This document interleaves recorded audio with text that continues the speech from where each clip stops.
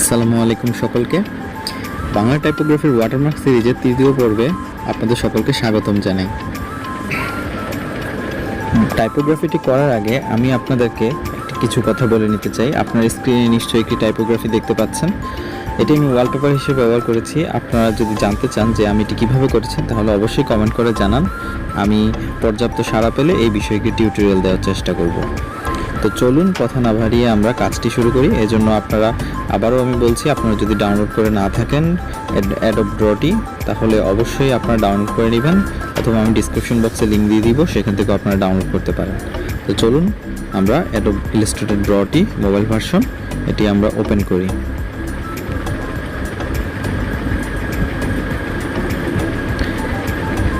আমি আগের ভিডিওতে বলেছি কিভাবে Adobe Illustrator ব্যবহার করতে হয়।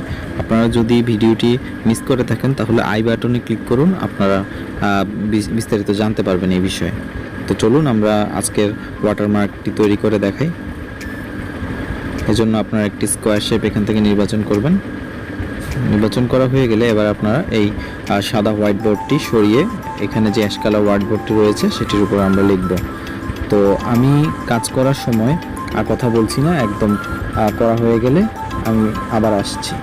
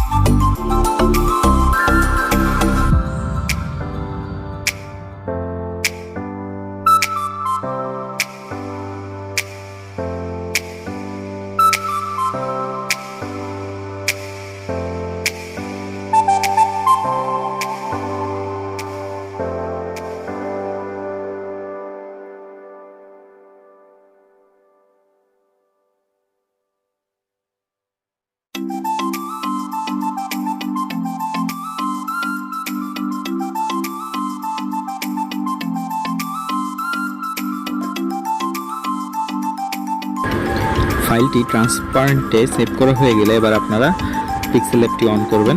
পিক্সেল অ্যাপটি যদি আপনারা ডাউনলোড করে না থাকেন তাহলে অবশ্যই আপনারা গুগল প্লে স্টোর থেকে ডাউনলোড করে নেবেন। ডাউনলোড করা হয়ে গেলে এবার আপনারা আমার ডেসক্রিপশন বক্স থেকে আমি একটি আপনাদেরকে ব্যাকগ্রাউন্ড দিয়ে দিব, অথবা আপনারা এই সব ব্যাকগ্রাউন্ড গুগলে পাবেন, সেখান থেকে আপনারা এগুলো ডাউনলোড করে নিতে পারেন।